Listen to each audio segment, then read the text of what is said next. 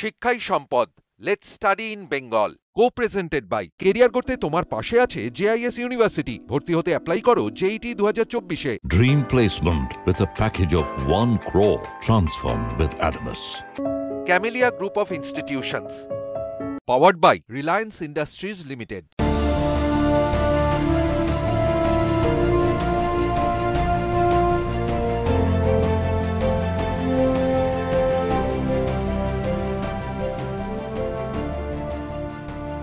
নমস্কার, শুভ সন্ধ্যা। নিউজ 18 বাংলা আয়োজিত শিক্ষাই সম্পদ, লেটস স্টাডি ইন বেঙ্গলে আরও একবার আপনাদেরকে স্বাগত জানাচ্ছি। আমি প্রিয়াঙ্কা। ঘাড় গুঁজে পড়াশোনা আমরা প্রত্যেকে করছি, কারণ প্রত্যাশা পূরণের একটা চাপ রয়েছে। নম্বর যে পেতে হবে, ভালো নম্বর পেতে হবে, চাকরি পেতে হবে, হাই প্যাকেজ স্যালারি রাখতে হবে, ডিগ্রি রাখতে হবে, সব কিছু মিলিয়ে একটা চাপ কিন্তু রয়েছে। ডিজিটালাইজেশনের একটা যুগ, গ্লোবালাইজেশনের যুগ, সব কিছুই তো এগোচ্ছে। কিন্তু নম্বরের পাশাপাশি শিক্ষার্থীদের মানসিক স্বাস্থ্য, সেদিকে কি নজর রাখা হচ্ছে? এই নিয়েই আজকের আমাদের আলোচনা। গুরুত্ব থাকুক শিক্ষার্থীর মনের বিকাশে। আরও একবার আমাদের প্যানেলিস্টদের সঙ্গে আলাপ পর্বটা সেরে নিই। আমাদের সঙ্গে রয়েছেন ডক্টর সুপম মুখোপাধ্যায়, অধ্যক্ষ, লালবাগ কলেজ। আমাদের সঙ্গে রয়েছেন অতনু বন্দ্যোপাধ্যায়, অধ্যাপক, বহরমপুর কলেজ। আমাদের সঙ্গে রয়েছেন mister Sandip Ghosh, deputy director, JIS group. এবং আমাদের সঙ্গে রয়েছেন professor Samit Roy, chairman, Rice group, chancellor, Adamas university. আমাদের সঙ্গে রয়েছেন professor doctor Arup Bhowmik, director, Camellia institute of engineering and technology. প্রথমেই সন্দীপবাবু, আপনার থেকে একবার জানি যে এই যে নম্বরের দিকে একটা নজর থাকেই, যে ছেলেমেয়েরা কত নম্বর পেল, অভিভাবকরা সবসময় মার্কশিট, ক্লাস টেস্টের রেজাল্টের দিকে নজর রাখে, কিন্তু মানসিক স্বাস্থ্যের দিকে নজর রাখা হয়ে ওঠে না। কতটা জরুরি? সবার প্রথমে সমস্ত গুণীজনকে আমার নমস্কার এবং নিউজ 18কে ধন্যবাদ একটা সুযোগ করে দেওয়ার জন্য কিছু বলার। আজকের যে বিষয়, তার আগে আমি আমার নাম ডক্টর সন্দীপ ঘোষ এবং আমি অ্যাকচুয়ালি জেএস কলেজ অফ ইঞ্জিনিয়ারিংয়ে মেকানিক্যাল ইঞ্জিনিয়ারিং ডিপার্টমেন্টের head of the department and also I am looking after the IQAC. তো আজকের যে এই কনটেক্সট, মনের বিকাশ, আপনি একটা খুব ইম্পর্টেন্ট পয়েন্ট বললেন আজকে, যে ছাত্রছাত্রীদের এক জায়গায় এক গুচ্ছে একটা জায়গার মধ্যে একটা মানে আবদ্ধ থাকতে তারা চায় না। এবং সেই একই পরিস্থিতি অ্যাকচুয়ালি তৈরি হয়েছিল 2020 সালের কোভিডের সময়। কোভিডের সময় সমগ্র বিশ্বে এমন একটা পরিস্থিতি তৈরি হয়েছিল যে মানুষ বাধ্য হয়েছিল নিজের ঘরের মধ্যে থাকতে। কিন্তু সেই সময় শিক্ষা বা শিক্ষা ব্যবস্থার একটা বিশাল বড় দায়িত্ব ছিল যে মানুষের জীবনকে একই পথে, মানে একই রাস্তাতে চালিয়ে নিয়ে যাওয়ার যতটা সম্ভব সেইভাবে। কারণ সেই সময় মানুষের কাছে শিক্ষার চেয়ে বেশি স্বাস্থ্য ইম্পর্টেন্ট ছিল। সেই সময় মানুষ ভেবেছিল যে আগে স্বাস্থ্য, আমরা তো আগে বাঁচি, তারপরে তো আমরা শিখবো কিছু। তো সেই সময় শিক্ষা প্রতিষ্ঠানদের কাছেও একটা বিশাল বড় চ্যালেঞ্জ ছিল যে কিভাবে শিক্ষাকে আগে নিয়ে যাওয়া যায়। তো সেই জায়গাতে দাঁড়িয়ে অনলাইন শিক্ষার ব্যবস্থাটা একটা বিশাল বড় ভূমিকায় আমরা দেখেছি যে নিয়েছে, এবং সেটা সারা বিশ্বে পপুলার হয়েছে। এবং এখন আমরা জানি যে অফলাইনের সঙ্গে সঙ্গে অনলাইনেও আমরা অনেক ধরনের কোর্সকে অফার করছি সব জায়গাতে। আমি যদি আমাদের কলেজের এক্সাম্পল নিয়ে বলি, জেএস কলেজ অফ ইঞ্জিনিয়ারিংয়ে একটা খুব ইম্পর্ট্যান্ট রেভলিউশনারি স্টেপ আমরা নিয়েছিলাম 2017 সালে। সেটা ছিল একটা অন্য ধরনের innovative teaching learning system, which we called as flipped learning system. এই ফ্লিপড লার্নিং সিস্টেমটার প্রাইমারি যে ভিত্তিটা ছিল, সেই ভিত্তিটা ছিল আমরা প্রাথমিকভাবে ছাত্রদেরকে যে টপিকটা, ধরুন একদিন একটা ক্লাসে পড়ানো হবে, সেই টপিকটার উপর ডিজিটাল কন্টেন্ট প্রডিউস করে সেটা স্টুডেন্টদেরকে আমরা আগেই সরবরাহ করতাম। এবং স্টুডেন্টদের কাজ ছিল সেই প্রি ডিফাইন্ড যে ডিজিটাল কন্টেন্টটা রয়েছে সেই পার্টিকুলার ক্লাসের জন্য সেটাকে তারা কিছুটা পড়ে যতটুকু তার ইচ্ছা হয়, তার ফ্রিনেসে যেটুকু সে পড়তে পারে, তার একটা ফ্রি মাইন্ডে সে যতটুকু পড়তে পারে, সেটা পড়ে সে ক্লাসে আসতো। এবং সেই ক্লাসে আসার পরে যাতে তাকে আমরা হায়ার অর্ডার লার্নিংয়ের দিকে নিয়ে যেতে পারি, সেই ব্যবস্থাটা করার আমরা চেষ্টা শুরু করেছিলাম, যাতে আমরা জানি যে একটা মনোলগ যেন না হয়, ক্লাসটা যাতে একটু স্টুডেন্ট ওরিয়েন্টেড হয় এবং ক্লাসটা যাতে একটা ইন্টারঅ্যাক্টিভ লার্নিং সিস্টেমে আসে, সেইভাবে আমরা ক্লাসকে ডিজাইন করেছিলাম।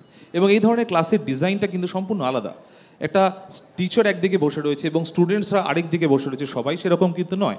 এই টিচিং লার্নিং সিস্টেমে একটা ক্লাসরুম, যেটাকে আমরা ডিজিটাল স্মার্ট ক্লাসরুম বলি, সেটা সম্পূর্ণভাবে অডিও ভিজুয়াল এইড তো সেখানে রয়েছে, বাট সেখানে টিচার কিন্তু সেন্টারে থাকে এবং স্টুডেন্টসরা কতগুলো টেবিলে 6 জন বা 5 জনের গ্রুপে থাকে। এবং তাদের জব হয় সেই সময় তারা যেটা পড়ে এসছে ইন ক্লাস অ্যাক্টিভিটি যেটা টিচারও তৈরি করে সেই অ্যাক্টিভিটি তাদেরকে দেওয়া হয় এবং তারা সেই অ্যাক্টিভিটিটার মধ্য দিয়ে কিছু না কিছু কন্টেন্টকে ক্রিয়েট করে, কিছু না কিছু নিজেদের ক্রিটিক্যাল থিঙ্কিংকে অ্যাপ্লাই করে। এইভাবে তারা এই জিনিসটাকে এগিয়ে নিয়ে যেতে পারে এবং তাদের হায়ার অর্ডার লার্নিং যেটাকে আমরা ক্রিয়েশন লেভেলের দিকে নিয়ে যাওয়ার চেষ্টা করি। মানে আমাদের যে ব্লুমস ট্যাক্সোনমি যে জিনিসটা হয়, যেখানে আমরা শুরু করি রিমেম্বারিং থেকে, তারপরে আমরা যাই আন্ডারস্ট্যান্ডিংয়ে, তারপরে আমরা যাই অ্যাপ্লিকেশন। আমরা সবাই জানি engineering starts and ends with application, but এই যে অ্যাপ্লিকেশনটা দিয়ে শুরু হয়, অ্যাপ্লিকেশনের পরে আলটিমেটলি আমরা অ্যানালিসিসে যাই, ইভ্যালুয়েশনে যাই এবং ক্রিয়েশনে আসি। তো কোনো কিছু ক্রিয়েট করার যে প্রাইমারি যে আমাদের যে আলটিমেট ইন্টেনশন, সেখানে যাওয়ার জন্য কিন্তু এই সিস্টেমটা খুব গুরুত্বপূর্ণ। আমরা একটা কাজ করেছিলাম এবং এই জন্য আমরা 25 ডিজিটাল ক্লাসরুমস আমাদের ওখানে আমরা তৈরি করেছিলাম, প্রচুর ইনফ্রাস্ট্রাকচার। কিন্তু এইটা কোভিডের সময় আমাদের কাছে একটা সাপে বড় হয়ে গেল। মানে এটা আমাদের কাছে একটা বিশাল বড় প্রিভিলেজ ছিল যে আমরা already prepared to face already digitize content, যেগুলো নাকি প্রত্যেক সেমিস্টারের জন্য আমরা বানিয়েছিলাম, প্রত্যেক কোর্সের জন্য আমরা বানিয়েছিলাম, সেটা কিন্তু ভীষণভাবে কাজে লেগেছে এবং স্টুডেন্টদের কাছে আমরা পৌঁছাতে পেরেছি উইথ দ্য কন্টেন্টস।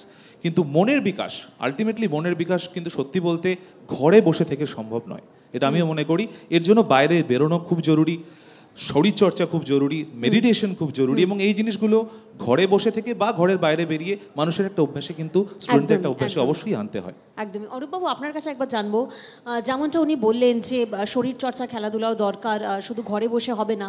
সেক্ষেত্রে তো আমরা এটাও ভাবতে পারি যে শুধুমাত্র পুঁথিগত শিক্ষা বা প্রশিক্ষণপ্রাপ্ত কিছু অ্যাডিশনাল কোর্স ইনস্টিটিউশন না রেখে এই ধরনের এক্সট্রা কারিকুলার অ্যাক্টিভিটিস রাখলেও সেটাও কোথাও না কোথাও মানসিক স্বাস্থ্যের বিকাশ ঘটাবে। শুভ সন্ধ্যা। যারা এখানে উপস্থিত আছেন সবাইকে, মঞ্চে উপস্থিত গুণীজনদেরও। যেটা প্রথমে আমাদের একটু জেনে নেওয়া দরকার, গুরুত্ব থাকুক শিক্ষার্থীর মনের বিকাশে। এই যারা আজ উপস্থিত আছে এখানে ছেলেমেয়েরা, এরা এরপর প্রফেশনাল লাইফে যাবে হায়ার সেকেন্ডারির পরে, তাহলে ওই যে প্রফেশনাল লাইনটা সেটা তারা চুজ করবে কী করে? তাহলে প্রথম তো তার মনটা কি বলছে, তাহলে সেই মনটাকে স্টাডি করা দরকার। সেই মনটা কি ক্রিয়েটিভ মাইন্ড, সেই মনটা কি ফিলিং মাইন্ড, তাহলে কি ধরনের তার মনটা চাইছে, বা আর্টিস্টিক মাইন্ড, সেইটা একটা প্রথম কিন্তু স্টাডি করা দরকার। তারপরে তো তার নেক্সট পদক্ষেপ হবে প্রফেশনাল লাইনে কোথায় যাবে পড়তে, নেক্সট আমরা যেটা নেক্সট বলছি। তো ফার্স্ট স্টাডি, সে কি খুব ইন্ট্রোভার্ট, সে কি খুব এক্সট্রোভার্ট, তাহলে এই জিনিসগুলো কিন্তু প্রথমে যদি আমরা স্টাডি করতে পারি, তাহলে কে স্টাডি করবে? তাহলে স্কুলের মাস্টারমশাইরা, বাড়ির যারা গার্জেন, তারা স্টাডি করে যদি তার একটা ম্যাপ তৈরি করা যায়, তাহলে কিন্তু তার হায়ার এডুকেশনটার যে সিলেকশন অফ ব্রাঞ্চেস বা সাবজেক্ট হবে সেটা কিন্তু পারফেক্ট হবে। একদমই, এইটা আমাদের প্রাথমিক কাজ। কিন্তু এইবারে কোভিড কিন্তু আমাদের অনেক কিছু দিয়ে গেছে, যেটা সবার আগে দিয়ে গেছে এই যে বিভিন্ন বিখ্যাত প্রফেসর যারা আইআইটি এবং এমআইটি বিভিন্ন জায়গায় যারা আছেন এবং ইউনিভার্সিটি অফ বার্কলে, যেখান থেকে বিভিন্ন সাবজেক্টগুলো এবং টেকনোলজিক্যাল সাবজেক্টগুলো ডেভেলপ হয়েছে, বিখ্যাত প্রফেসররা তাদের লেকচার কিন্তু আমরা পাচ্ছি, যেটা আমরা আগে পেতাম না। কেন, আমার অভিজ্ঞতা, আমি দীর্ঘ 34 বছর ধরে এডুকেশনে আছি, ইঞ্জিনিয়ারিং এডুকেশন, আমার subject computer science and engineering. আমরা 90s আইআইটি থেকে ভিডিও রেকর্ড আনাতাম ওদের লেকচারগুলো দেখানোর জন্য, কিন্তু এখন এই কোভিডের জন্যে কিন্তু আমরা গুগলে অনেক লেকচারগুলো পাই, যেগুলো কিন্তু খুব রিচ এবং এগুলো খুব ছেলে মেয়েদের ডেভেলপ করার জন্য কাজে লাগে। একদমই। সমিতবাবু, আপনার থেকে একটু জানবো, অরূপবাবু যেমন বলছিলেন যে শিক্ষার্থীকে বোঝাটা খুব দরকার। মানে আমি যখন, আপনি তো ক্লাসে রোজ ক্লাস নেন, আপনি পড়ান, পড়ুয়াদের পড়ার সময় কোথাও মনে হয়েছে যে আপনি পড়াতে পড়াতে তো বুঝতে পারলেন যে তার একটা পরিস্থিতি ঠিক নয়, মানে প্রতিকূল পরিস্থিতিতে কোথাও সে রয়েছে, কারণ তার মানসিক স্বাস্থ্য ঠিক নয়, মানে সেই জিনিসটাকে বোঝা যায়? আমি আপনার প্রশ্নের ইন্টারাকশনটা খুব দরকার। আমি আপনার প্রশ্নের উত্তরটা একটু পরে আসছি। দেখুন, ছেলেমেয়েদের সার্বিক বিকাশের জন্য ন্যাশনাল যে স্পোর্টস পলিসি রয়েছে, প্রতিটা ইউনিভার্সিটিতে তা প্রয়োগ করা দরকার। ভারতীয়রা যখন অলিম্পিক শুরু হয় তারপরে সব হাই হুতাশ করতে আরম্ভ করি আমরা, কেন গোল্ড মেডেল আসছে না, কেন কি হচ্ছে সিলভার মেডেল আসছে না, এইসব ব্যাপার। কিন্তু আমরা জানি যে সারা পৃথিবীতে যে সমস্ত ইউনিভার্সিটি খুব নাম করেছে, 4টে কন্ডিশন অবশ্যই ফুলফিল করতে হয়। একটা হচ্ছে ভালো ইনফ্রাস্ট্রাকচার, এক্সিলেন্ট ফ্যাকাল্টি, নাম্বার 3 হচ্ছে sports and games, and number 4 হচ্ছে ইন্টারন্যাশনাল রিলেশনস, অ্যান্ড নাম্বার 5 হচ্ছে গুড ফুড, ভালো খাবার পাওয়া যায় নাকি। আপনারা যদি লক্ষ্য করেন এই মুহূর্তে, যেমন আমাদের ইউনিভার্সিটিতে 7,000 স্টুডেন্ট পড়ে, তার মধ্যে 700 স্টুডেন্ট হচ্ছে ন্যাশনাল প্লেয়ার। এরা হয় পাঞ্জাব নয় হরিয়ানা থেকে এসছে। এই গত যে খেলো ইন্ডিয়া হলো, 1800 ইউনিভার্সিটির মধ্যে পশ্চিমবঙ্গ থেকে অ্যাডামাস ইউনিভার্সিটি 9th পজিশন পেয়েছে, রাইট। এবং আপনি যদি আমাদের ইউনিভার্সিটিতে যান, সারাদিন কিন্তু ছেলেমেয়েরা নয় ফুটবল খেলছে, নয় ভলিবল খেলছে, ক্লাসের বাইরে। তাই এই যে আজকের পড়াশোনা, কারণ এরাই তো কর্পোরেট হাউসে যাবে, গেলে পরে আজকে পড়াশোনার চাপ রয়েছে, আগামী দিনের পেশাগত চাপ আসবে। এই পেশাগত চাপকে সামলানোর একমাত্র উপায় হচ্ছে বহুল পরিমাণে খেলাধুলায় অংশগ্রহণ করা। এবং আমার মনে হয় যে পশ্চিমবঙ্গে এটা আরম্ভ হয়েছে। আপনি যদি পাঞ্জাব বিশ্ববিদ্যালয় দেখেন, হরিয়ানা বিশ্ববিদ্যালয় দেখেন, হ্যাঁ, প্রতিটা ইউনিভার্সিটিতে কিন্তু খেলাধুলায় খুব জোর দিচ্ছে। এবং শুনে খুশি হবেন, পশ্চিমবঙ্গের বেশ কিছু স্কুলেও কিন্তু এখন বেশ কিছু খেলাধুলা কম্পালসারি হয়েছে। সুইমিং তাদের মধ্যে একটা, নাম্বার 2 হচ্ছে বাস্কেটবল, নাম্বার 3 হচ্ছে ভলিবল, অনেক স্কুলে একাডেমি তৈরি হয়েছে, badminton academy, table tennis academy. তাই আমি বলবো যে মনের বিকাশের একটা জায়গা হচ্ছে তাদের খেলাধুলা করা। নাম্বার 2 হচ্ছে নিশ্চয়ই একটা ছেলে মেয়েকে ক্লাস নিতে গেলে পরে আমরা বুঝি যে তার মনের বিকাশের ক্ষেত্রে কোথায় অসুবিধা হচ্ছে। দুটো জিনিস হতে পারে, একটা হচ্ছে ফ্যামিলিগত দিক থেকে মানে হচ্ছে আর্থিক কারণে তাদের একটা চাপে থাকে বা সিচুয়েশনের একটা চাপে থাকে, আরেকটা হচ্ছে সামাজিক যে প্রেশার থাকে সেটা।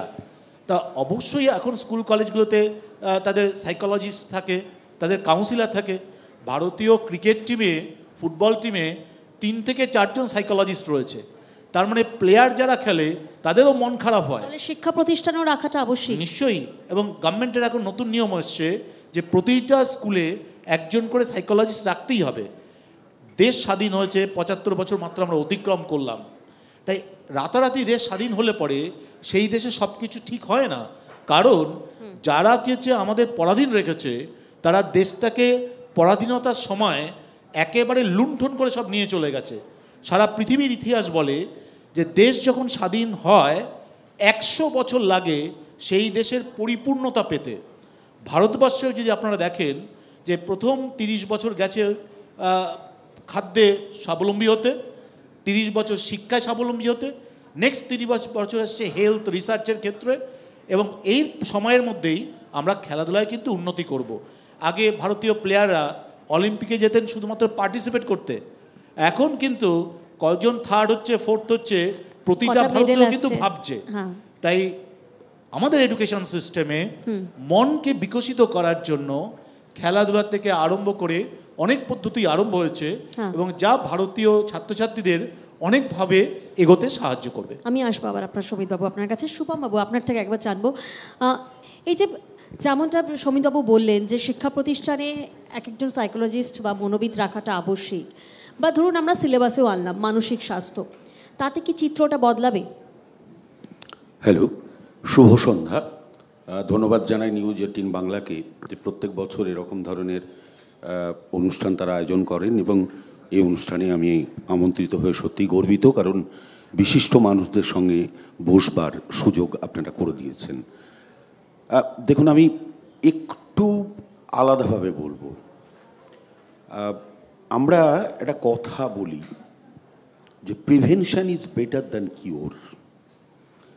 তো আমি মানসিক স্বাস্থ্য রক্ষা করার জন্য একজন কাউন্সিলরকে নিয়োগ করব, নাকি আমি সেই পরিবেশটা আমার ছাত্রছাত্রীকে তুলে দেব যেখানে আমার এটার প্রয়োজনীয়তাটা কমে যাবে? আপনি দেখুন যে আমরা প্রতিনিয়ত যে মডার্ন এডুকেশনাল সিস্টেম, ওনারা বলছিলেন যে কেন আমরা ওই কোভিডের সময় আমরা অনলাইন সিস্টেমটাকে করলাম। এবং আগের আলোচনাতেও স্যার বলছিলেন যে আমরা একজন গুড টিচারের কথা বলছি। তো গুড টিচার মানেটা কি? আমি ক্লাসরুমে স্যার বলছিলেন যে আমি বাইরের থেকে কোনো কিছু অনলাইন থেকে নিচ্ছি, সেটা আমি ছেলে মেয়েদের কপি করে দিচ্ছি, এটা গুড টিচারের লক্ষণ নয়। কেন নয়? স্যার যেটা বললেন যে আমরা খুব ভালো ভালো জিনিস পাচ্ছি, অবভিয়াসলি পেতেই পারি, কিন্তু যে ক্লাসরুমে আমি বসে আছি আমার ক্লাসরুমের স্টুডেন্টদেরকে যদি আমি জাজ না করতে পারি, অর্থাৎ তারা কোন লেভেলের, সেখানে যদি আমি বিভাজনটা ঠিকমতো না করতে পারি, সেই সাইকোলজিটা যদি আমি বুঝতে না পারি, তাহলেও কিন্তু আমি গুড টিচার হতে পারবো না। আমি অগাধ জানি, আমার কাছে অনেক ইনফরমেশান আছে, কিন্তু আমি কাদেরকে দিচ্ছি? উল্টো দিকে দেখুন, প্রতিদিনের যে পড়াশোনার চাপ, একটা বাচ্চার থেকে 4 মাস বয়স থেকে সাইকোলজির ব্যাপারগুলো আসে, আমি ডিটেলসে যাচ্ছি না, কিন্তু এই বাচ্চাটির যে রুটিন, ডেলি রুটিন, সেখানে তাকে কম্পিটিশানে টিকে থাকার জন্যে সে ঘুমোবে কতক্ষণ সেটাও তার রুটিনের মধ্যে তৈরি করে দেওয়া আছে। স্যার যেটা বলছিলেন যে 24/7, এই যে পরিবেশটা, এই পরিবেশটা তো ছোটোবেলার থেকে দেওয়া সম্ভব নয়।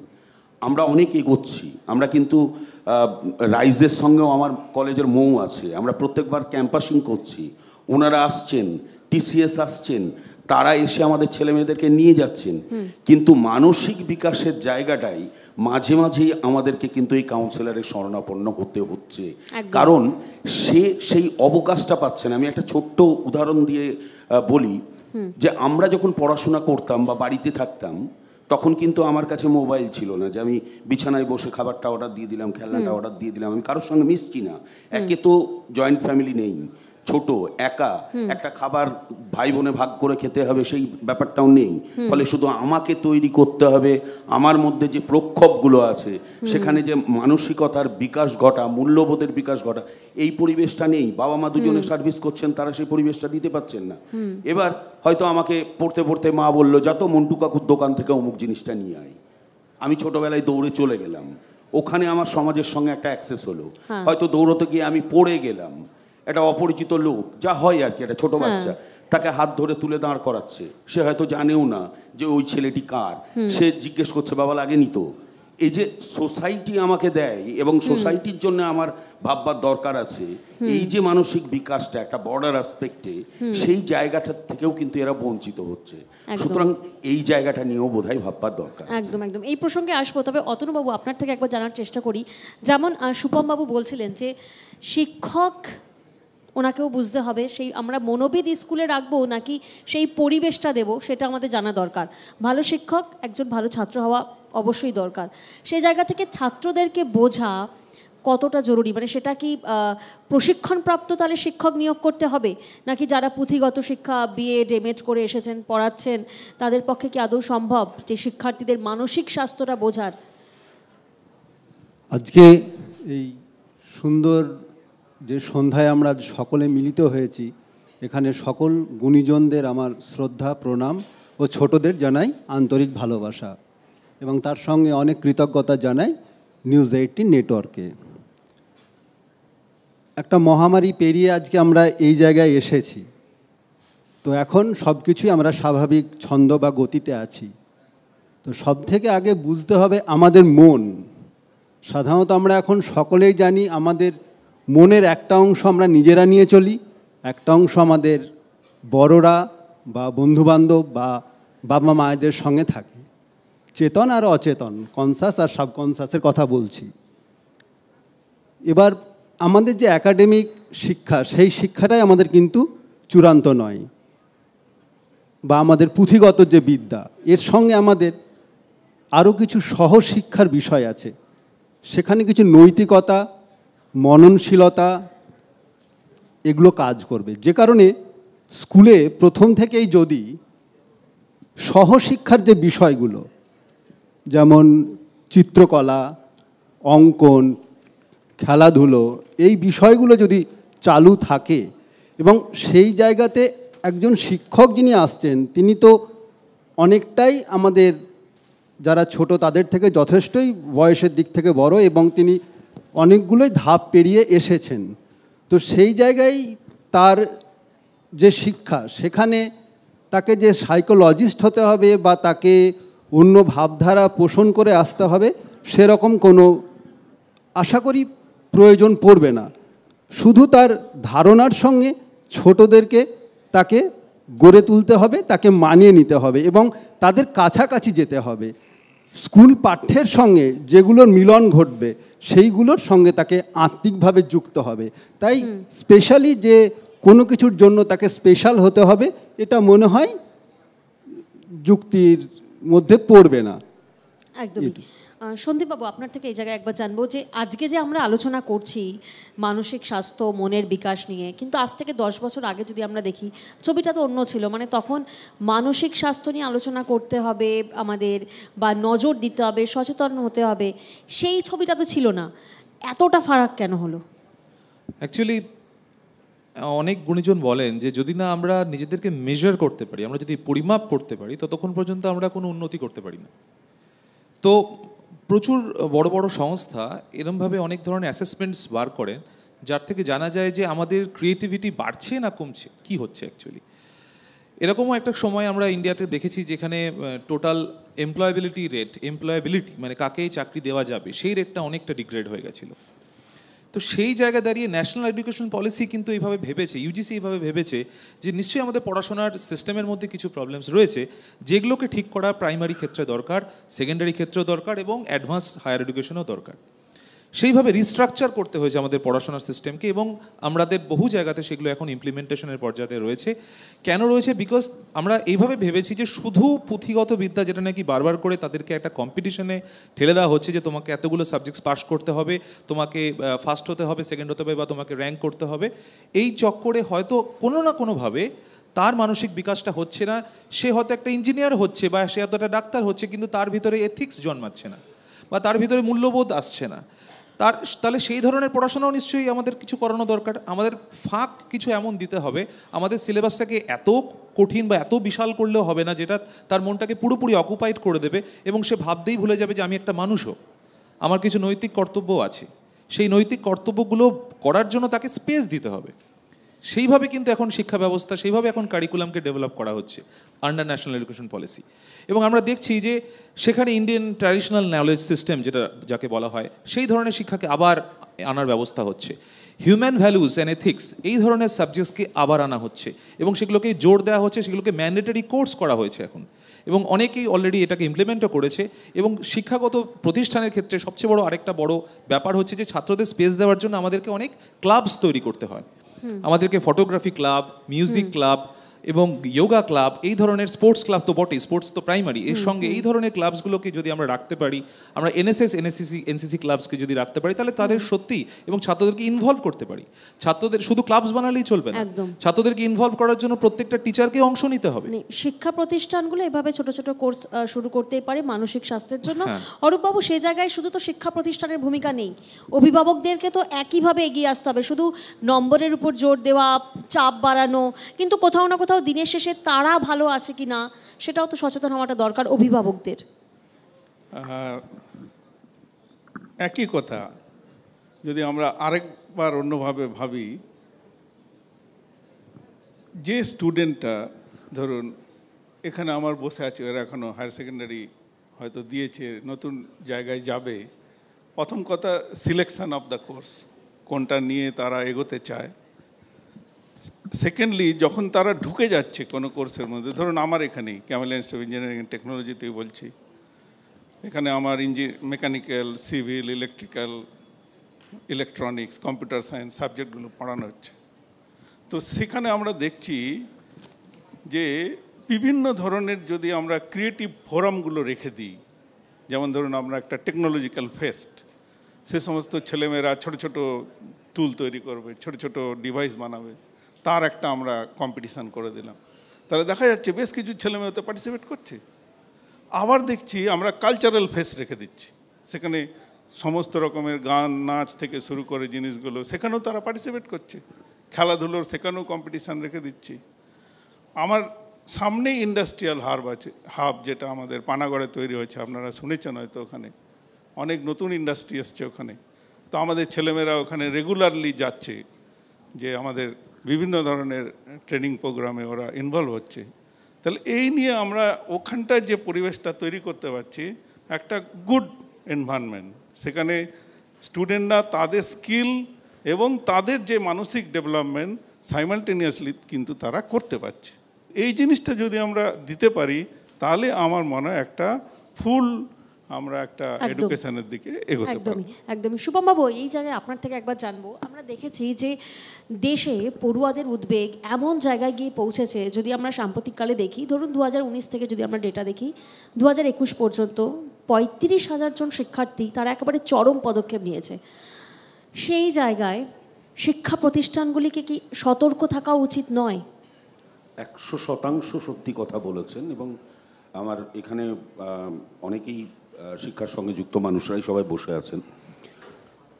আমাদেরকে এটা বলতে হয় যে আমাদের যেন স্টুডেন্টদের জন্য কন্ডোলেন্স না করতে হয়, এবং অত্যন্ত দুর্ভাগ্যের যে এটা কিন্তু একটা প্রসেসের মধ্যে এসেছে, এবং এটা প্রায় নিয়মিত ব্যাপার। আপনি যদি খোঁজ নেন, এবং সকালবেলায় খবরের কাগজ দেখছি বা ইলেকট্রনিক্স মিডিয়াতে দেখছি, একটা জায়গা জুড়ে রয়েছে। এখন ওই যে বললাম বিষয়টা, যে আমরা আর যে ক্লাব বা যেটার কথা ওনারা আলোচনা করছিলেন, ন্যাকের দৌলতে ইচ্ছে না থাকলেও এখন করতে হয়।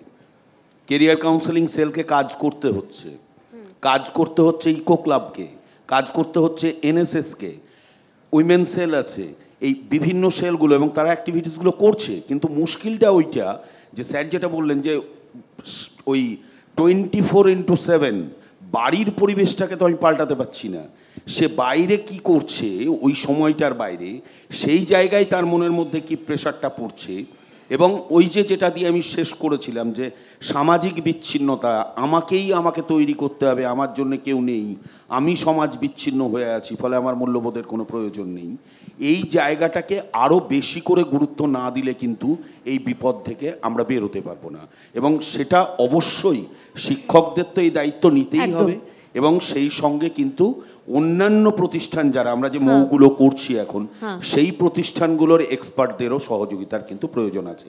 একার পক্ষে কিন্তু একেবারেই সম্ভব নয়। অতনুবাবু, শৈশব আর কৈশোর এই স্টেজটা আমরা জানি অত্যন্ত গুরুত্বপূর্ণ। মানে এই সময় এমন কিছু ঘটনা যদি ঘটে যা হয়তো ভবিষ্যতে সেই শিক্ষার্থীর উপর একটা ভয়াবহ আকার ধারণ করতে পারে ভবিষ্যতে।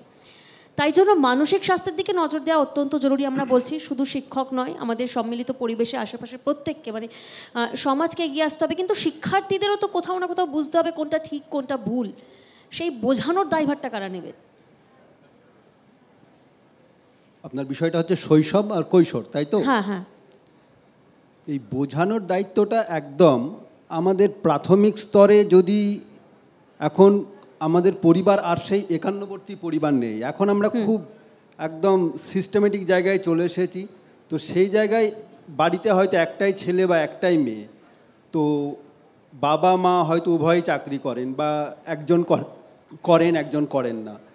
তো এই বোঝানোর বিষয়টা একদম প্রাইমারিতে আমাদের বাড়ি থেকেই তৈরি করতে হবে। এই জায়গায় যে শিক্ষক তৈরি করে দেবেন, বা স্কুলে গেলে, বা ভালো কোনো সোসাইটিতে গেলে, বা ভালো কোনো ক্ষেত্রে গেলে ভালো জায়গার সংজ্ঞা সেইভাবে কিছু হয় না। ভালো সংজ্ঞাটা আমি নিজে ভালো হতে হবে। অর্থাৎ আমার বাড়িতে যদি আমি ভালোভাবে একটা পাঠশালা, বাবা মা যদি তার বাড়িতে ভালোভাবে পাঠশালাটা তৈরি করে দেন, তাহলে সেখান থেকেই তার আগামীর যে পারফরমেন্স বা দ্যুতি, সেটা তাকে মানবিক বা সৃজনশীল, বা তার মধ্যে যে আগামীকে যে লালন করার যে প্রস্তুতি, সেটা তার মধ্যে গড়ে উঠবে, এবং সে এমন একজন মানুষ হবে যাতে তার দ্বারা কখনো কারো ক্ষতি না হয়। সে যাতে সুস্থভাবে অন্যদেরকেও নিয়েও তার মধ্যে স্বাভাবিক ছন্দে চলতে পারে, এবং তার মানবিকতা বোধ, তার সৃজনশীলতা বোধ, এগুলো কখনোই কাউকে আঘাত করবে না। সেই বার্তাটা আমাদের পরিবার থেকে আমাদেরকে ছোটদেরকে দিতে হবে, সে শৈশব হোক কি কৈশোর। বলি আমি এর সঙ্গে, সেটা হচ্ছে দেখুন আমাদের শিক্ষা ব্যবস্থার মধ্যে পরিবর্তন হচ্ছে, তো এখানে কিন্তু আরও বোধহয় খোলা চোখে ব্যাপারগুলোকে দেখা উচিত। আপনার প্রশ্নটা ছিল অ্যাডোলেসেন্সের ওপর, যে একটি ছেলে একটি মেয়ে তাদের কিউরিয়াসিটি নিয়ে বড় হচ্ছে এবং এমন কিছু একটা বিকৃত মানসিকতার জায়গায় যাচ্ছে, তারা আবেগটাকে সংবরণ করতে পারছে না, সেখানে আমি সেক্স এডুকেশনের বিরোধিতা করছি একটা সময়। আবার আমার পরিবারের যে ধর্মীয় শিক্ষা বা যে বন্ধন, সেটা আবার আমাকে তার থেকে দূরে রাখছে। স্বাভাবিকভাবে অ্যাডোলেসেন্সে গিয়ে তার কিউরিয়াসিটিটাকে সে পূরণ করার জন্যে বেশিরভাগ ক্ষেত্রেই কিন্তু অসামাজিক ক্ষেত্রে একদমই ঠিক। সমীরবাবু, একেবারে শেষ সময় আমরা দাঁড়িয়ে রয়েছি, প্যানেলটা শেষ করবো এবার। এই যে প্রত্যাশা পূরণের একটা চাপ থাকে, প্রত্যাশা পূরণের চাপের জন্যই কি মানসিক স্বাস্থ্যের দিকে নজরটা অবহেলিত হয়? দেখুন, প্রত্যাশা যুগে যুগে মানুষের কাছে করা হয়েছে। প্রত্যেক বাবা মা চায় আমার ছেলে মেয়ে ভালো হবে, সেটা আজকে যেভাবে চাইছে, আজ থেকে 50 বছর আগেও চেয়েছে, আজ থেকে 100 বছর আগেও চেয়েছে। একজন প্লেয়ার যখন কম্পিটিশনে নামে, তার কাছে কি আমরা প্রত্যাশা করি না? ইস্টবেঙ্গল মোহনবাগান যখন খেলে, তখন কি প্লেয়ারদের কাছে আমরা প্রত্যাশা করি না, সমর্থকরা, যে যাতে আমার টিম জেতে? তাই প্রত্যাশার চাপ নয়, কিন্তু যেখানে আমি বলবো ছাত্রছাত্রীদের ভীষণভাবে নিজেদের পড়াশোনা করা দরকার। কিন্তু সব কিছু, এই যে আজকে আমরা আলোচনা করছি, আমি দেখছিলাম আর কি, সামনে স্টুডেন্টরা যত মন দিয়ে শুনছে, লাস্টের দুটো বেঞ্চ সমানে কথা বলে যাচ্ছে। তাহলে এই যে আমরা যখন কিছু বলার চেষ্টা করি, শোনানোর চেষ্টা করি, তখন যদি ছাত্রছাত্রীরা না শোনে, তাহলে কিন্তু সেটার উদ্দেশ্য ব্যর্থ হয়। আমি শুধু আপনাকে বলি যে আজকে যে ভারতবর্ষে যেটা ঘটছে, সেটা কিন্তু নতুন কিছু নয়। পাশ্চাত্যে যে ঘটনাগুলো ঘটেছে, আজকে ভারতবর্ষে সেইগুলো আস্তে আস্তে প্রবেশ করছে। আমরা যদি দেখি, বিদ্যাসাগর মহাশয় যখন বলেছিলেন যে না, স্ত্রী শিক্ষার ব্যবস্থা করতে হবে, মহিলাদের শিক্ষার ব্যবস্থা করতে হবে, সেটা ওই আলো নিয়ে এসেই বলেছিলেন যে এটা দরকার। ঠিক সেই রকমভাবে আমরা এই মুহূর্তে দেখতে পাই আর কি, প্রতি বছর ইউকে এবং ইউএসএতে প্রথম 100 জন ডক্টরের যখন লিস্ট বেরোয়, তাদের পারফরমেন্স এবং তাদের ইনকামের উপর নির্ভর করে তৈরি হয়। 100 জনের মধ্যে লাস্ট বছরে প্রায় 90 জন ছিল, তারা দে আর দ্য সাইকোলজিস্ট। কারণ দেশ স্বাধীন হবার 100, 150, 200 বছর পরে যখন নেক্সট জেনারের কাছে বৈভব আসে, অনেক দামি মোবাইল আসবে, খাবারের অভাব থাকবে না, তখন কিন্তু আস্তে আস্তে এই ধরনের মানসিকতা তৈরি হবে। তার জন্য কাউন্সেলিং করতে হবে। তার জন্যই আমরা তো বলি যে গুরুগৃহে যে শিক্ষাটা আগে হতো, সেই শিক্ষাটা যেভাবে ছেলেমেয়েরা আত্মস্থ করত, আজকে ক্লাসের বাইরে আমরা যখন দেখি যে বাড়িতে যায়, বাবা মা যখন উনি বললেন যে কাজে ব্যস্ত রয়েছে, যারা শিক্ষা দেবার জন্য থাকেন তারা কি প্রপার শিক্ষিত? সেইখান থেকেই ডিভিয়েশন আরম্ভ হয়। অতএব একটি ছেলেমেয়েকে, একটি সমাজকে যদি ঠিক করে আমরা তৈরি করতে চাই, তাহলে সর্বস্তরে অ্যাডমিনিস্ট্রেশন থেকে আরম্ভ করে এবং বাবা মা থেকে আরম্ভ করে সব কিছু সরকারকে দোষ দেওয়া যায় না। সরকার তো একটা নামে, কিন্তু সেটা চালায় কারা? সমস্ত পাবলিকরা চালায়। জাপানে প্রথম 3 বছর স্কুলে শুধু প্রিন্সিপাল এডুকেশনটা পড়ানো হয়, নৈতিক এডুকেশনটা পড়ানো হয়। আমাদের এখানে শুধুমাত্র অঙ্ক ইংরেজি পড়ানোর ফলে অনেক নৈতিকতা তৈরি হয়নি। অফকোর্স আমি বলবো, তাতে আমি হতাশ নয়, আমি আবার বলবো, দেশ স্বাধীন হয়েছে 70 থেকে 80 বছরের মধ্যেই। ভারতবর্ষ যে শক্তিশালী দেশ পরিণত হয়েছে, পৃথিবীতে কোনো তার হিস্ট্রি নেই। কিন্তু তাই ব্যর্থতা থাকবে, ব্যর্থতার সাথে কি হচ্ছে, আমাদের ত্রুটি বিচ্যুতি থাকবে, কিন্তু সেটাকেই সংশোধন করতে করতে আমরা যাব। শিক্ষাক্ষেত্রে এটাই হচ্ছে, যারা শিক্ষিত ব্যক্তি রয়েছেন তাদের কাছে এটা চ্যালেঞ্জ, এবং এভাবেই আমাদের যুগে যুগে এসছে, আগামী যুগেও চলবে। অসংখ্য ধন্যবাদ আপনাদের, এবং এই প্যানেল এখানেই শেষ করছি। তবে অনুষ্ঠান এখনই শেষ নয়, আমার প্রত্যেক প্যানেলিস্ট গেস্টকে অনুরোধ করব। আমার একটা ছোট্ট বলার আছে, বলে নিই। যারা গার্জেন এবং স্টুডেন্টরা এখানে আছেন, এখন জানেন তো যে আমাদের গুগলে অনেক কিছু টুলস পাওয়া যায় ফর ইওর কেরিয়ার গাইডেন্স। ওখানে অনেক টুলসগুলো কিন্তু আছে। যেমন হচ্ছে, দুটো মেথড খুব ফলো করা হয়, একটা হচ্ছে মায়ার অ্যান্ড ব্রিক্স, আর একটা হচ্ছে রিয়াসেক। হ্যাঁ, এই দুটো টুল দিয়ে সমস্ত স্টুডেন্টরা নিজেদের অ্যাসেস করে কিন্তু কেরিয়ার পাথটা ডিজাইন করতে পারবেন, মানে অ্যাপার্ট ফ্রম কাউন্সেলর। মানে তখন কি হবে, আমাদের পাথ সিলেকশনটা কিন্তু খুব সুন্দরভাবে করা যাবে।